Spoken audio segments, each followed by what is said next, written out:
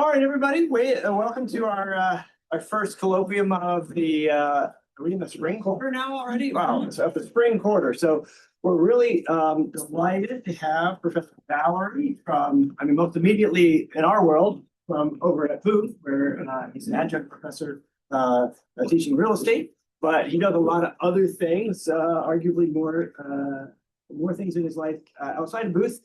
He is the founder and president of two different investment companies, SAA and EVI, which are private minority-owned real estate development and investment firms. And they develop and invest in underserved and undervalued key emerging domestic real estate markets, which means urban neighborhoods with high residential and real estate demand. They have developed all over the country, including Maryland, Washington, D.C., Pennsylvania, Virginia, California, New York, Chicago. We'll hear about. He graduated from Columbia with a Master of Science in Real Estate, appropriately. He also has a master's degree in Policy Analysis and Public Administration, Bachelor in Urban and Regional Planning, both from Cornell. And as I said, he's right now over at Booth. He is the Mel King Community Fellow. Oh, sorry, you have many affiliations. He is the Mel King Community Fellow at MIT and the CoLab at Booth and Adjunct Prof. So with all of those titles, you expect a lot, and I'm sure. The floor is yours. Welcome. Good afternoon. So I really want to keep this a conversation. So Care House, it's the U.S. first intergenerational care-based and co-housing project. So one of the things that's really special about this project for me is that it hits close to home. I got involved with the project because I dealt with care issues for my own mother when she was getting up in age. And, I said to her, you should move with us because we all got bigger houses, so you should move in with us, Mom. And she's like, no, you guys move in with me. Come back home. Go back to your home. Like, we all have kids and all this. So she's like, just come back. And, at the end, we ended up moving her out of her community. And, how dementia and kind of slows up. It's not an immediate thing, right? I think people are able to manage it, and she managed it for 10 years until we moved her out of her community. When you move someone out of their community, there are very difficult consequences. Even though she moved in with my brother, and she had the grandkids like my niece and my nephew there, but they had lives. Teenagers have lives, and she missed kind of like noonday with her church friends and going and, being part of that. They couldn't sing very well, but they were together. And we really didn't account for that. And so, Care House is sort of like our response to that, right? And it's always trying to get multiple birds with one stone. And so when, we looked at the care crisis, we're like, wow. So by 2030, the population over 80 will be up by 79%, right? And those taking care of them will only increase by 1%. And so it means a couple of positives there are people are going to be living longer and hopefully healthier lives. But who's caring for them, right? There's that baby boomer cohort is coming. And what are we going to do? Because they're not going to go away. They don't want to just go to Florida. They want to stay in community. And on the other side, the other stone that we have is caregivers are low-wage workers. And you might think, why are caregivers low-wage workers, right? Because Care House already exists in kind of like upper middle class, solid middle class, and upper middle class communities where you have, folks 55 and older, 65 and older, and they're paying anywhere between $7,500 to $12,000 a month to live at some of these facilities. So this already exists. So if all this money is being paid, why are caregivers, right, such low-wage workers, right? Because the money gets stuck in the middle, right? It's the administration of those things that cost so much. And so, 60% of caregivers struggle to feed their own families. And so we wanted to build something that addressed folks that are aging, that stay, how do we keep them healthier longer, right? And how do we keep them in community? And so care house is not imagined as something that's 100 or 200 units, right? It's really about 20, 30, 40, at most 50 units, because it's meant to address the people in that immediate neighborhood, right? So, this housing crisis is something, if you drive around Chicago, if you drive around any city, I'm sure you've seen it. One of my new sports is to take pictures of, the makeshift ramps and the makeshift lifts to get into homes. Folks can't age in some of these homes. They can't get to the front porch. And then when they do get inside the unit, you've got bedrooms upstairs. So it's functionally, the design of these homes don't work to age in place. And again, this is something that I dealt with, with dementia, with the isolation that my mom was dealing with, heart disease, stroke, all these things are real. So our simple mission with Care House is to build quality care and homes for older adults that are still active, and then, pay sustaining wages and have quality homes for the caregivers and their children. So again, that's another stone, is so how do we provide resources for the kids of caregivers? And what's the intergenerational play that can happen between the care receivers and the caregivers and their kids? And then it's sustainable urban development. So I really focus on teaching a class that talks about development without displacement, right? And so not being afraid of the G word, gentrification. That just means the gentry coming in. And so we try to talk about, I'm teaching something that I taught to urban planners, to business folks, right? Because the case is not kind of like stopping progress. It's just how do you welcome progress, but at the same time, protect the most vulnerable. So that's the non-displacement piece, but you need folks to come in, right? You need the gentry, right? That's all it needs. I mean, in some perverse way, we've turned gentrification into a race thing when it's really, okay, we can have people with resources come in as long as you're taking care of the folks that don't have. So our company, we largely build a lot of affordable housing in the city of Baltimore. If you ever get there, next to the train station, that was sort of like the arts and entertainment area, right? Lots of artists, because you had Micah. And we went in there and we built a ton of affordable housing. But then we also got rid of a lot of vacant properties. In that immediate neighborhood, we had over 400 vacant row houses. And you could buy a home there when we first got there for $50,000. Now it's more than $500,000 for a home there. But what we're most proud of is whenever we tore something down and built something new, we always doubled up on the affordable. So if you tear down, simple math, if you tear down 10 houses to build a 110 unit apartment building, we came back with 20 to 30 affordable units. So we actually doubled the affordability. But then we were able to use density as a tool to bring in more, folks with money that, resources and amenities follow that. And so you can't have neighborhood revitalized without having that. And so it's a tricky thing, but that's the balance that we have to strike in order to have healthy communities. And then it's really an integrated, art is really important to the Care House. So the three partners on Care House, we have an architect, we have an urban planner and developer and me, and then we have an artist. So most times when you build the building and then you put the art in afterwards.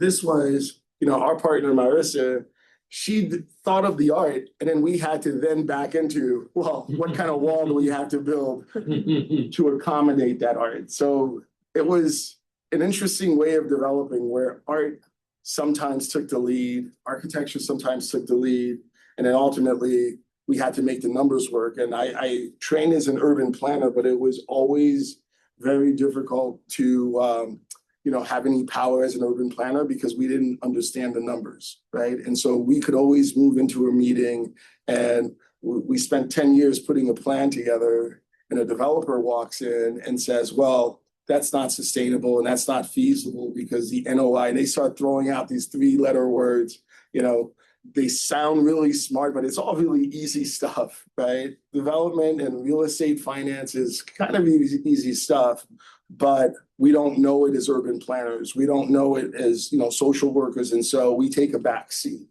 And so Care House is not going to take a back seat because we firmly understand sort of like the numbers, but then we're giving as much value to, making sure that a caregiver has a home that they can afford, making sure that their kids have the resources that they need, and also making sure that someone that's a care receiver is not paying $7,000 to $12,000 a month for care for the long term. And the other really nasty thing, this is us, so we'll just leave it there and I'll kind of sum it up. One of the worst things that happens, especially in communities of color, you're told if you buy your home and you pay off your mortgage, that's the biggest and best investment we'll ever have, right? And then, so you do that, but do you really actually get to pass that on? And a lot of times you don't get to pass that on because the second you need care and you're gonna have like Medicaid be that source of care, the first thing the government does is take your home away, right? And so it's not an effective way to kind of like, unless you're willing to, before you need care, transfer that home to like a family trust. And so there's not a lot of those tools and those vehicles that people are using. So Care House is really a step towards that, right before you need severe care, moving into a care house and being able to handle all those issues. And then it makes a home available to a younger family. So it starts to solve for the housing crisis. And so in my class, we really, it's development without displacement, and then it's innovation, right? This place is rightfully called a Center for Innovation. The final project in my class is really, how do you innovate in housing? And Care House is one of those innovations. And I've had students come up with all sorts of innovations. One student came up with a platform that helps people save. And so now one of the things we're doing is for every kid that lives in because we do a lot of LIHTC, that people know what LIHTC is, low income housing tax credits. So for every kid that lives at our property from 8 to 18, we open up a brokerage account for them, right? And then we also match their parents who open up a 529. So overall, it's $100 a month. And all they have to do, at first I had these dreams of, well, the kids that get A's get $200 and B's. Then you realize you can't put that on kids. And really what we have to deal with, we have a large portfolio of affordable housing. And what we're dealing with right now is truancy. Ever since COVID, I mean, like certain cities lost 30-40% of their kids that they haven't had come back to school. Right, Baltimore City lost, I think, 30% of those kids. They didn't know where they were during COVID. And a lot of those kids didn't come back into the school system, right? And so truancy is something that, we dealt with it in Virginia, we dealt with it in New York, we're dealing with it here in Chicago. And so we want to incentivize kids to go to school. And then we also want the parents to pay rent. And so like delinquency and truancy. So as developers, we get to solve for that, but then we help kids build wealth. So they turn 18 and they have a little bit of a nest egg, right? You have kids that are graduating from high school that have done the right thing, they get a job. And now that, I have an example from a project we did on the South Side. Now you have a job, your mom's overqualified because your income puts her over the 60% of AMI limit. Right. And so you have to move. But then do you guys ever think of what it costs to move into a new place? You've got first, last security, and that's before furniture. And so you have $8,000 to $10,000 that you have to spend to move. And a lot of these kids can't do that. And so we really wanted to create that little nest egg for them. And that's an innovation that came out of one of our classes. And so these type of platforms are really super important to think of these ideas and then actually do them, right? It's not enough to think about it and kind of have it as an idea. It's how does it work in the real world? And thankfully, Care House will be built. The first of its kind will be built in 75th and Oglesby.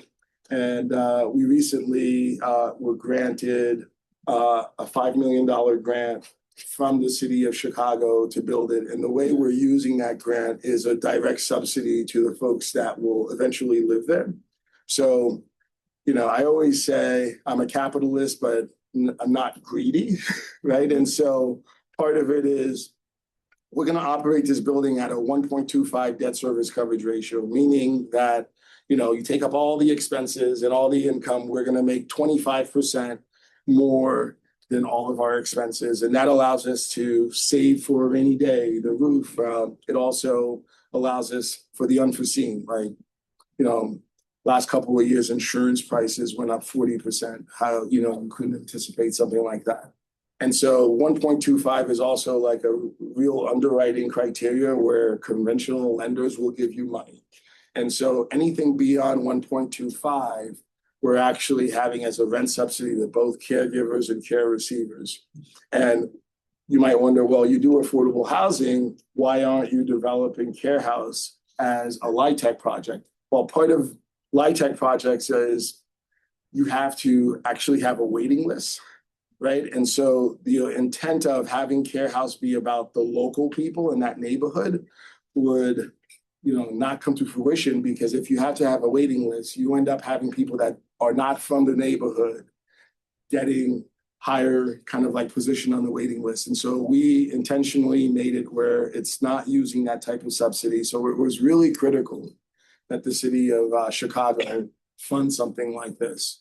And we are still looking for capital, operating capital from nonprofits and philanthropy, because we really want to have a ton of kind of activity going on at the property, not just for the people who live there, but for the neighborhood that surrounds the place as well.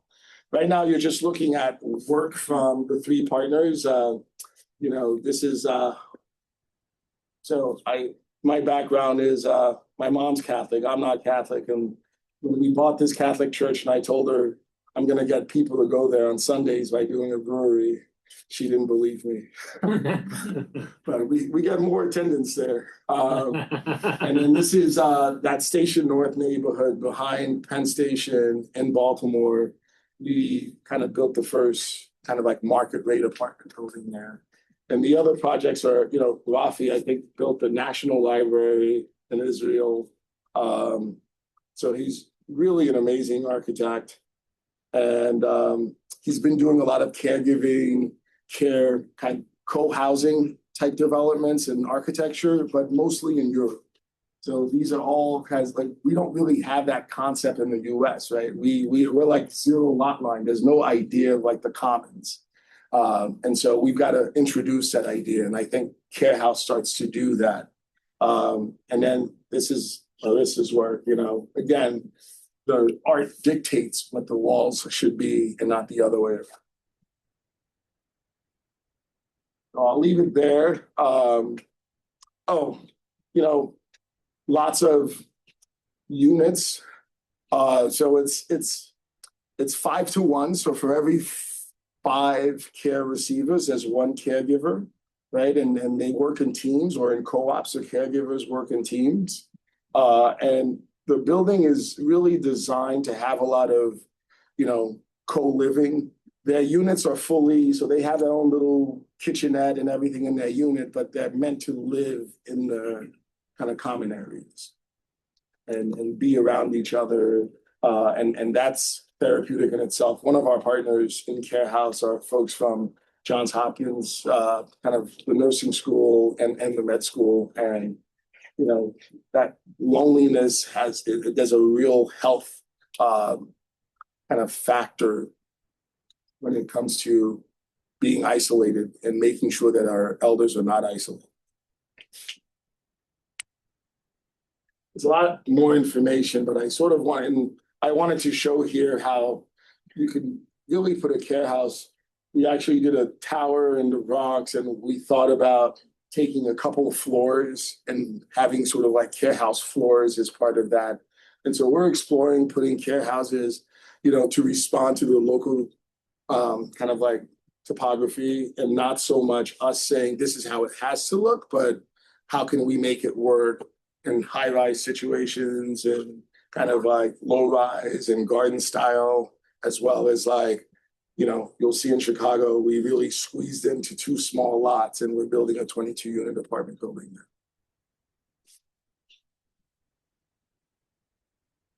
Start with questions. You only get one question. No, I'm kidding. Well, I better leave. Okay, so in my mind, I'm trying to wrap my brain around it. The art is in the common places, I'm assuming. But it also sounds like when I saw the picture, this is more like dormitory living, or how would you? Yeah, it's communal living, right? So eating meals together, you know, lots of courtyards. I think I have the Chicago site here. So this is a site in Chicago. You know, we're squeezing into these lots right here. So yeah, lots of kind of like open communal living. You can go back into your unit when you need to kind of be in your unit, but it's also like, you know, when you wake up, someone's checking in on you to make sure that you're okay. You're not living alone, even though you're in your own unit. Your unit is like what? Is there a full living room? I know you said there's like a kitchen. Yeah, I'll show you. I have plans. I can't see that, so. In your unit, your individual unit, you have your living room, kind of like your open area, your bedroom, and, you know, your own private everything. Okay. But then you can see out here is where, you know, you wouldn't spend your day just in here. You could, but we encourage folks to be out in the open with each other. Mm-hmm. And then we also welcome the surrounding community. And so that's the stuff that we want to have programming so that it's kind of like, you know, your friends can come, your niece, your nephew, your grandchild can come and spend the day and, you know, have space to do it.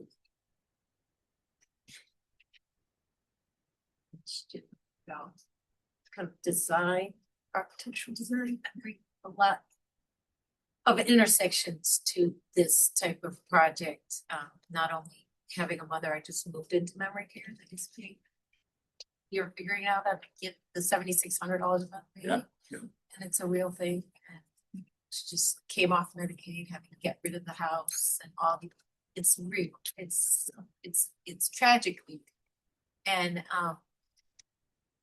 in the environment where she is right now, it's not the same ratio, but there are those 24-hour services. I'm just curious, design-wise, like with the 5-to-1 ratio you're talking about, how does that caregiver or the paid caregiver, are all those 5 like on the same floor? I imagine you can't fully control that because over time those things change in terms of occupancy, but how, because having their individual apartments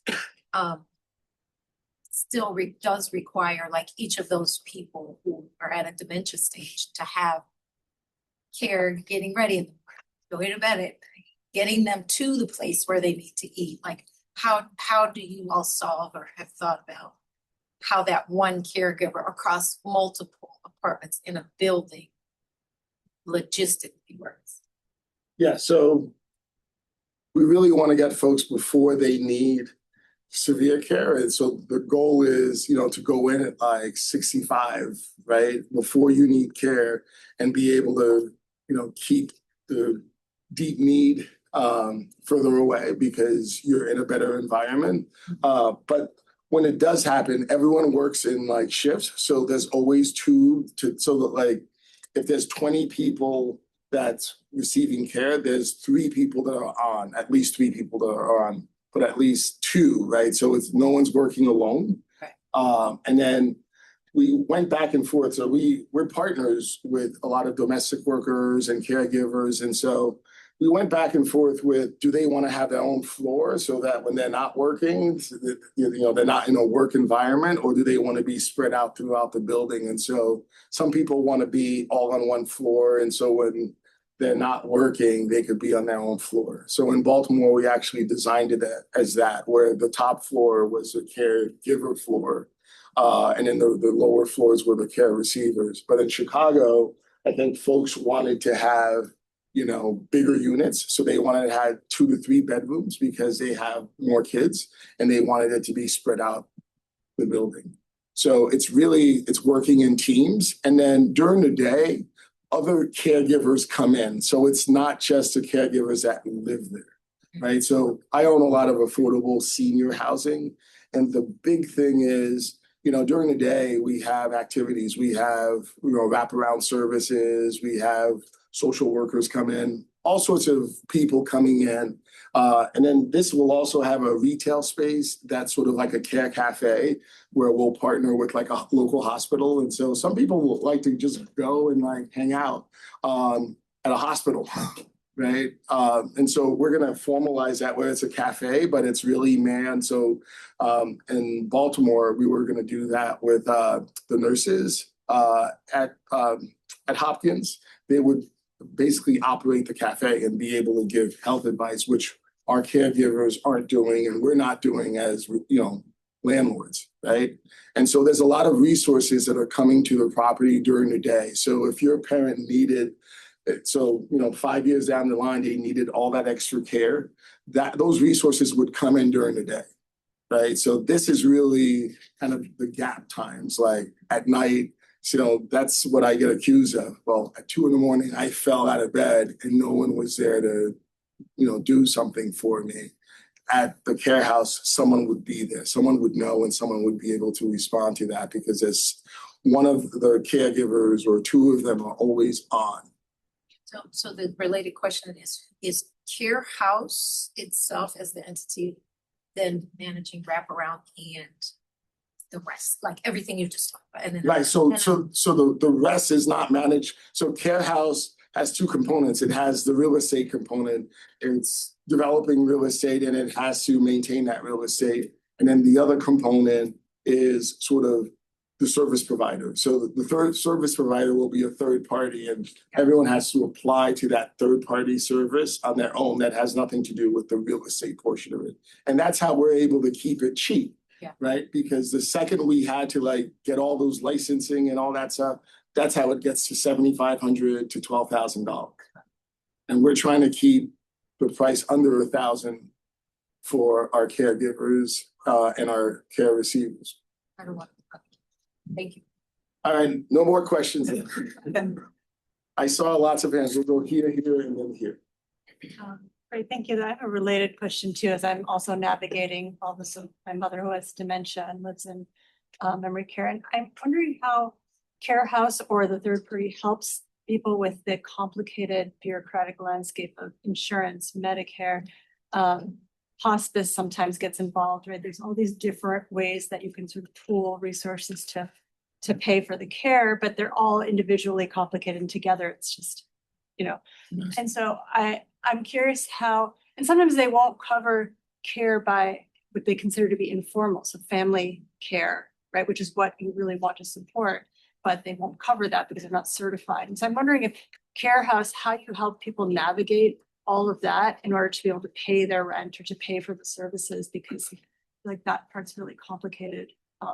It's the hardest part. And so for us, you know, we stepped in and we're like, if we could just make the rent really cheap, right? If we could say, okay, because we have subsidy, because we got this capital stack is enabling us to keep the rent as cheap as possible. And so this isn't an alternative to the family being involved, right? This is the family's involved and able to keep mom or dad in the neighborhood, basically, and not at home by themselves. So imagine going through all of that, but you also have to manage the house, cutting the grass and them living there. You don't have to deal with. So we take that off the table, but we can't take off the details of it. It's just each individual family. We support that family by saying, because I think under $1,000 is cheaper than staying at home. It's difficult. Yeah, I wonder if you could just say a little bit more in details about the business side of these things. I'm detecting that there's a real estate development, also staying on as a landlord, and but also service provision. So I'm just curious, is this one corporate entity that's doing this? Are these multiples? And just kind of how does the business work from this and where are you making money?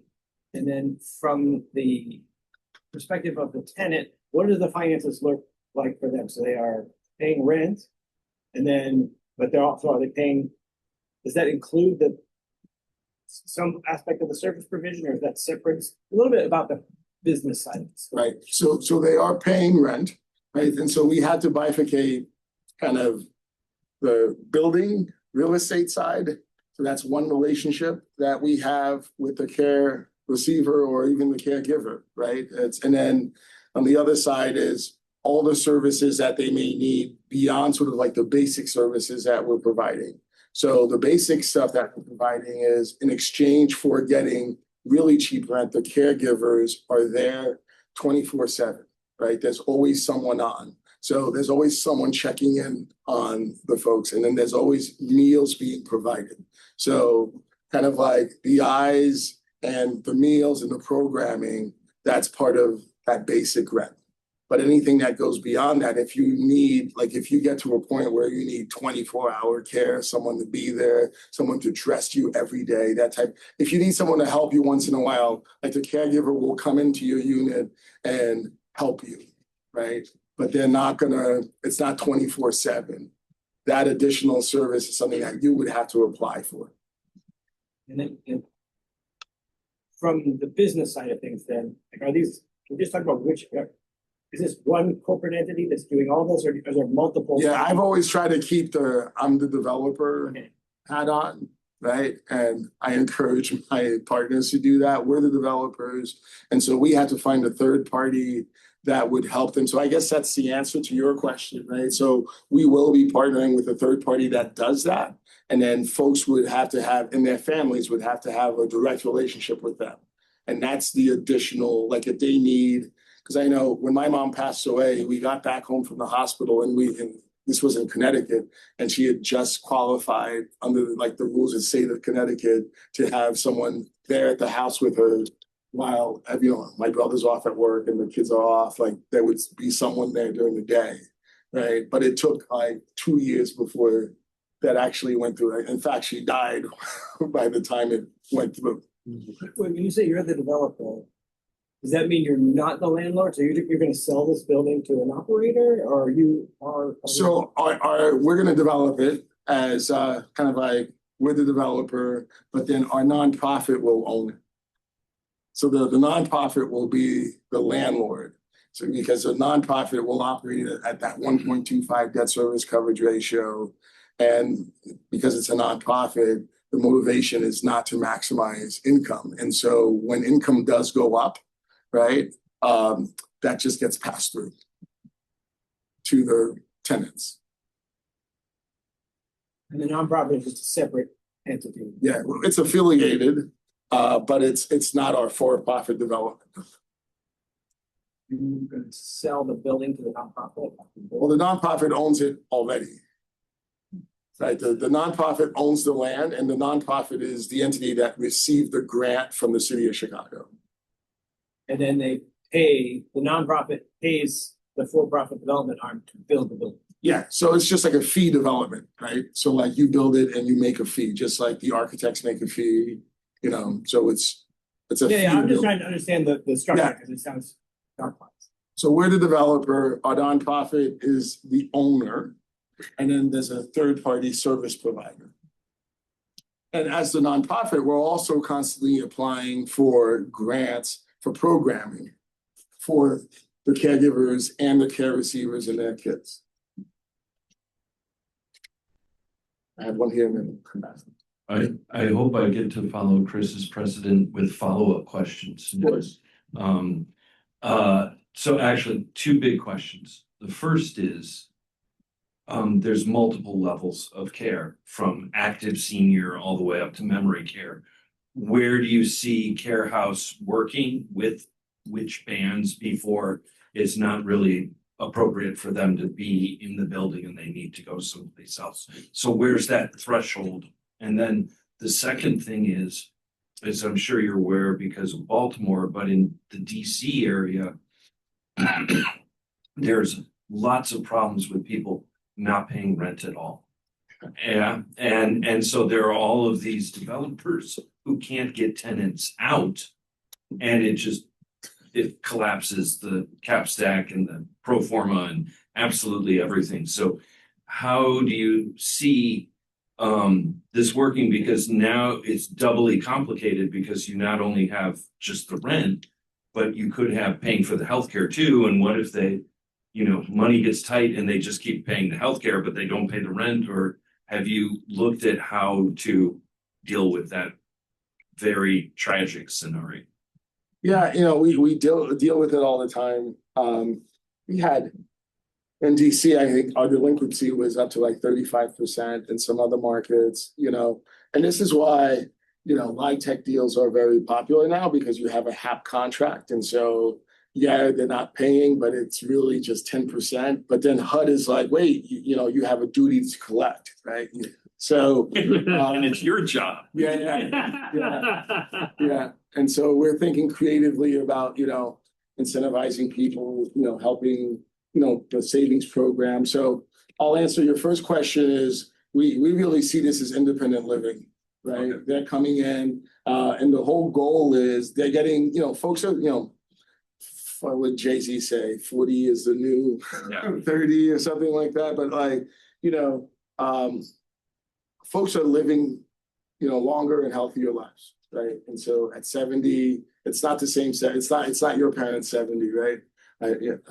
So we want to keep people healthier, longer, and so it's independent, right? And as they need more care, we're building each of these units as kind of UFAS units, and also there's memory care built into this. So a lot of the art, and I didn't really do a good job of this. This is why we give these lectures together. But Marissa would talk about, and Rafi would talk about how, the flooring in the hallways are different than each individual flooring in each unit. So like when you're in the hallway and when you're in the unit, each floor has different art. So visually, when you're on what floor. So like there's a lot of little things in the design that help people stay independent. They help them cheat, right? And so I realized my mom staying in Nyack, she was able to cheat all these years because she knew how to get to church. She knew how to take the bus to do certain things. And so we didn't think she was dealing with dementia. She's fine, right? Until she moved to Connecticut. Hey, I guess it's Connecticut, but it works better with New Jersey than. But yeah, so I hope that answers your first question. It's the first and foremost, it's independent. And then as you need more help, again, it's that third-party service provider that's, coordinating that. We don't want to coordinate that because the second we have to coordinate that, our legal fees go up and then our costs have to go up, and we don't want to do that, right? And the goal would be that, we do it so well that they're able to cheat until they're 94, right? Your other question, delinquency, how do we deal with it? Look, I'm a softie, right? We bought a building in Waukegan and folks hadn't paid rent for 2 years. And when I got there, we bought the building. I canceled their rent for the 2 years. And then, then I get into it and then they're still not paying rent. And I've got to evict, right? And it's not, evicting because that's what I want to do. It's evicting because the people that are paying. So it's always, they don't get the services and they don't get the resources that they need to live a quality life. And I always look at people who advocate, I admire them, but then I also think that they're taking the easy way out. It's easy to say I'm an advocate and I just advocate for everyone, right? But then at some point we have to be adults, bills have to be paid. And sometimes you have these advocates that then say, well, let's go own a building, right? And then they own a building and they're like, 10 years into it, 5 years into it, it's falling apart because people stop paying, right? There's a lot of co-ops in Chicago right now that are failing, right? And this was the idea that everyone gets to own, right? Everyone likes the idea of owning, but not everyone likes the idea of paying the bills, right? And so there's a balance.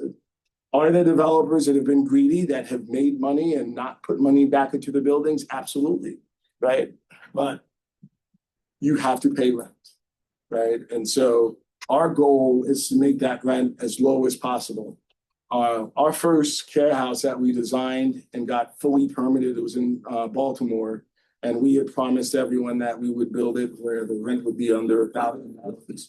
We didn't get subsidy from the state of Maryland because you guys all know what happened. New administration came in, and Maryland took the brunt of that because a lot of federal employees that were getting fired, they were from Maryland. The state was dealing with a $3 billion deficit, and so we didn't get funding. I decided not to build it because now the rent was going to have to be $2,500 to $2,800, which is still much better than the $76,000 to $12,000. But if I built it and I said for a couple of years it would be under $1,000, and I built it and it was $2,000 to $2,500, I would be labeled as the evil developer that came and lied to them.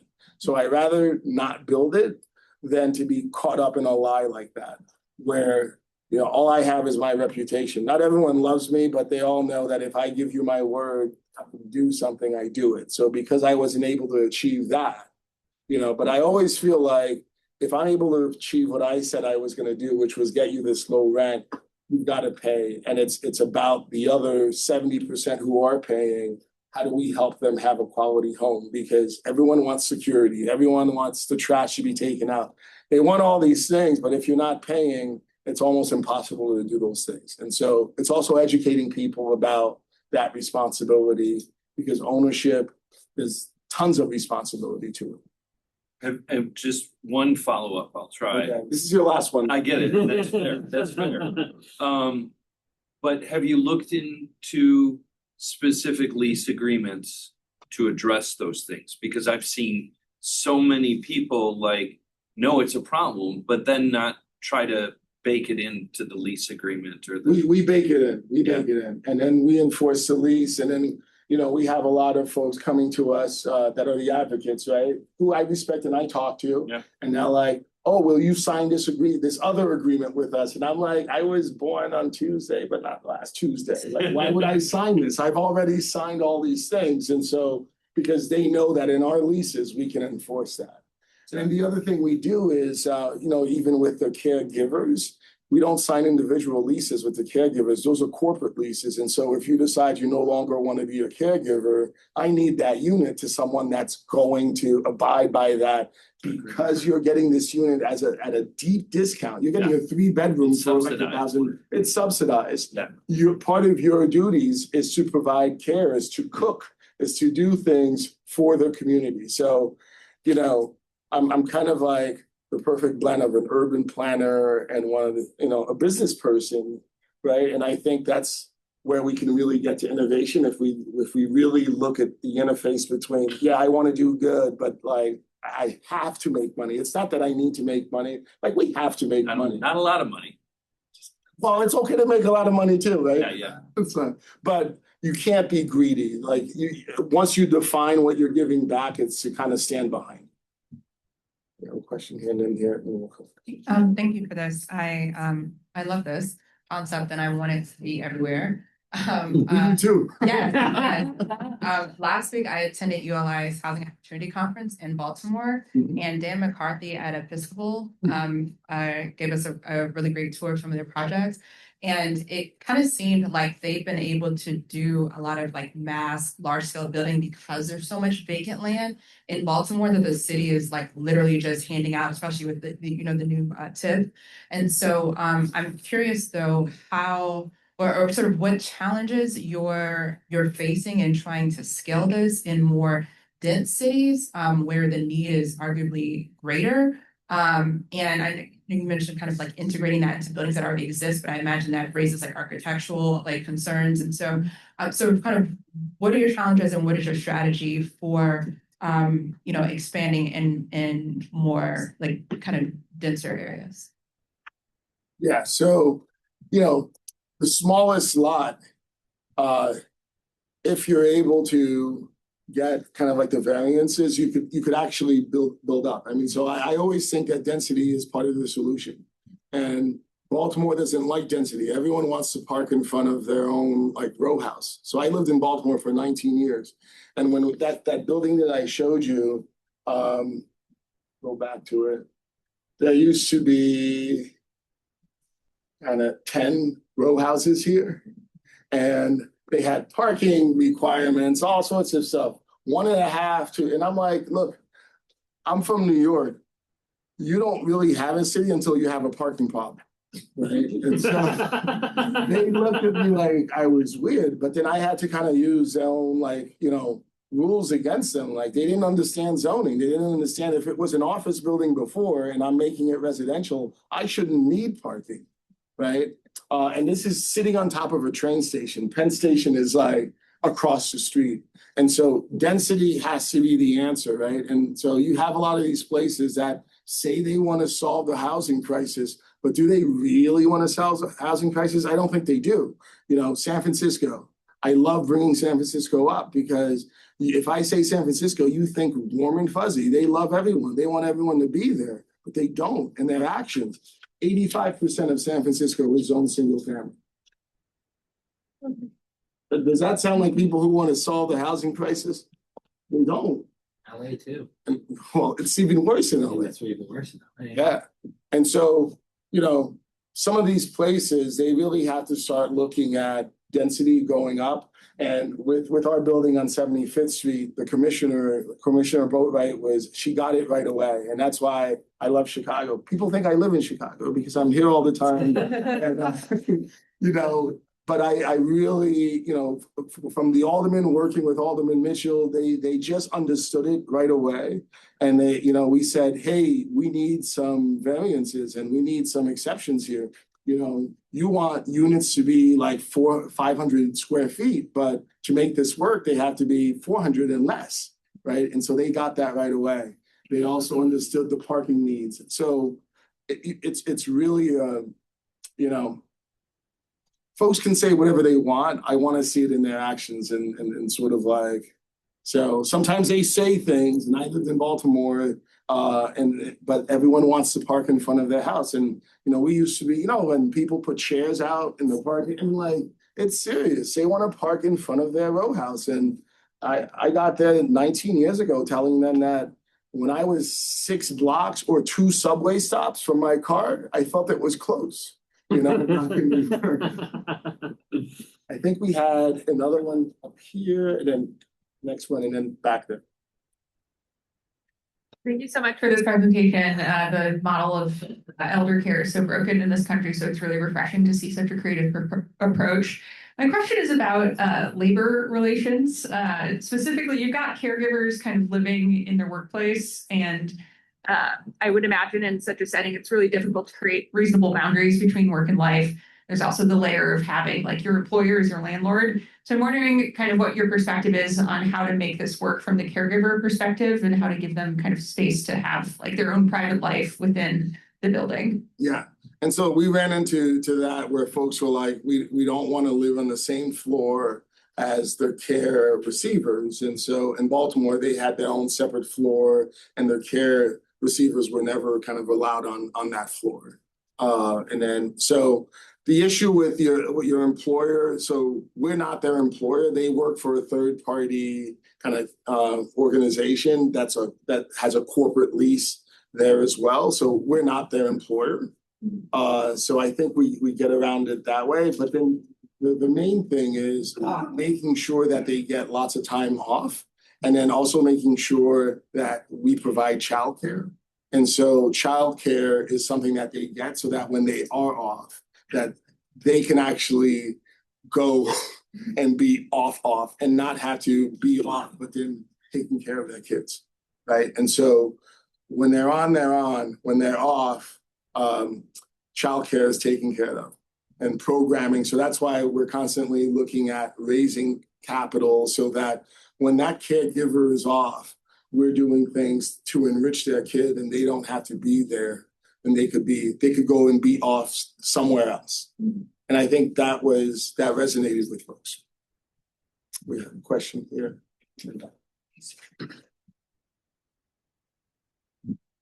Mostly a comment, but my wife works for a residential program for a college, and so the college, covers housing, but she has to provide sort of programming and support. I'm wondering to what degree that sort of model has influenced what you're doing here, and what lessons you think can be learned from the sort of university residential life.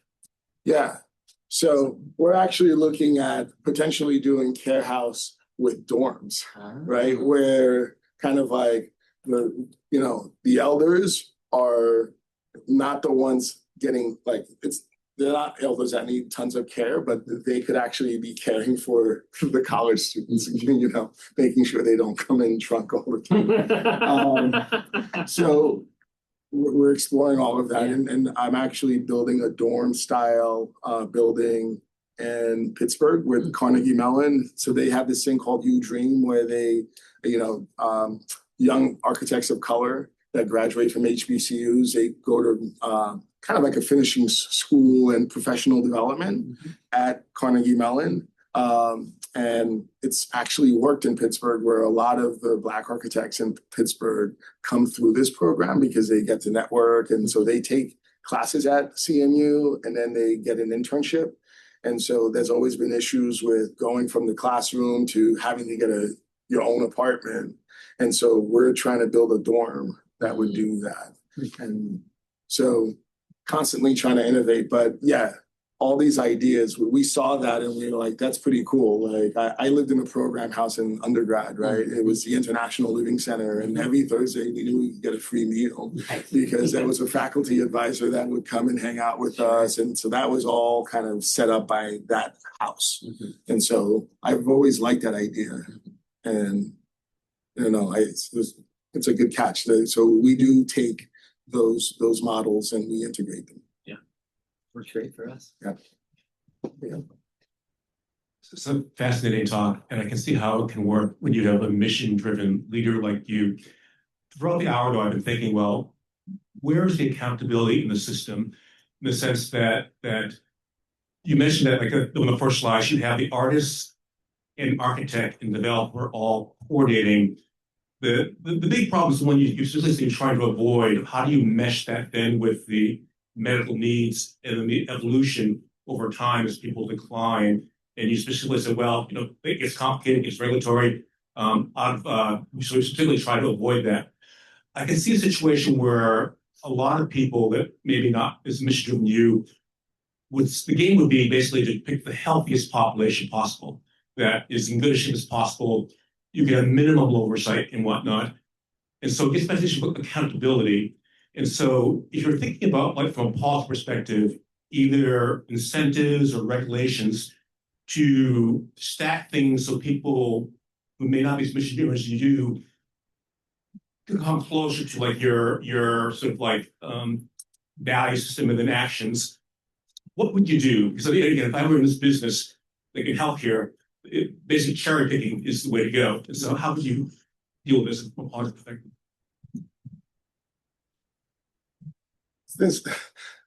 There's so many bad actors in real estate, right? Sometimes back in 2003, I was in Southeast Asia and I told everyone I was Canadian. It's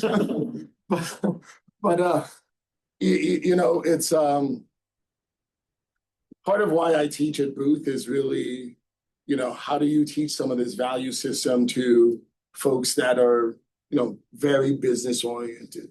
And I think part of it is, instead of regulating it, is to show the benefit of it, is to teach it, and then to demand or to require folks to think that way and come up with projects that kind of embody the whole sort of like, yes, I want to make money, but then I also want to do it the right way, and I'm willing to regulate my own greed, right? And so I don't think it's regulating it, right? And I always say that, developers that are out there doing bad stuff, right?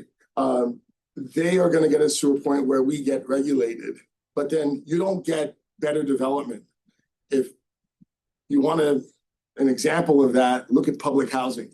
as bad as slumlords are, no one's as bad as housing authorities, right? Because it's government regulated and it's least common denominator. It's like, and then people start to cherry pick the other way, right? I know HUD, we used to have like inspections, like if the door latches or doesn't latch, you lose a point in the inspection. So if you're a good developer, what do? You fix the door so that it latches. But if you're a bad developer, what do? Nothing. You take the door off. Right? So there's nothing to lose a point for. And so you have people passing these inspections and these places don't have doors in the common areas. And, so like you lose the door because someone is trying to game the system. So if you put that kind of regulation there, my thinking is you'll get someone that finds a way to beat that, right? And I think the best thing to do is where you reward people for doing the right thing, right? So I feel like the city of Chicago rewarded us for coming up with this idea and willing to try it, right? And so going forward, could they reward folks other projects like this? I think you have to have the stick, but the stick doesn't really get you there all the way. I think it's rewarding people. And then the other piece of it is what we're doing here in academic is people learn this from somewhere. The people that are bad actors that are trying to maximize their return, they've learned it from somewhere. They didn't come out of a room unless their parents are like economists but like they had to have learned it somewhere. And I think that's where centers like this and classes like the one that I'm teaching and other people are teaching at this university really matter, because it's showing people there is another way that has value as well, that should be done. Does that make sense? I mean, that was a tough question. Yeah. Well, it's throughout healthcare. Yeah. This is a big kind of general finance question, but what's a payback period for the nonprofit or the nonprofit that you as a developer? How long needs to operate, needs to recoup between the grant that you get? So the good thing is the grant doesn't need a payback period, right? And so the equity that we have in there, I think it's like a 10 to 15 years, depending on how it does payback period. And then the developer actually gets a developer fee. And so it's similar to kind of like what the architect, the engineers kind of get. So they get a developer fee, so they get paid something for doing it. And then the sponsor who's putting in, so the basic capital stack is a $12 million project. There's $5 million of conventional debt, and then there's $5 million of grant and $2 million of equity. That's the basic capital stack. That $2 million gets paid back between 10 to 15 years.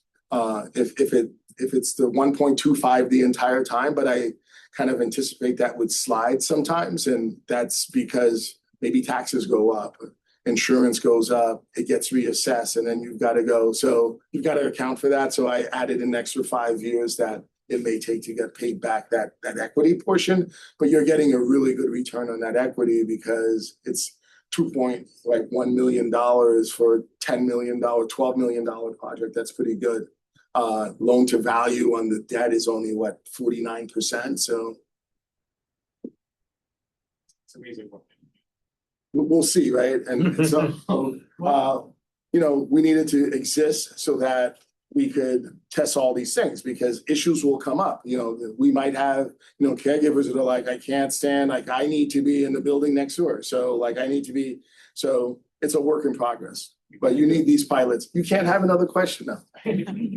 How did you choose on this specific location in Chicago? Not this building, the one that you were showing. Is there, because Chicago has a lot of missing middle, a lot of empty housing lots. I think this could be replicated in so many different places too. Yeah, so our plan, so the care house is also kind of, to me, it's a catalyst for other development to happen. And so there's an empty lot across the street from here that's city owned. There's tons of other opportunities. So for me, I wanted to be in a place where I could be the catalyst for other development and then have access to doing those other developments. So it's planting the seed, but then, you know, how do we do more? But it's also like that neighborhood has a lot of seniors.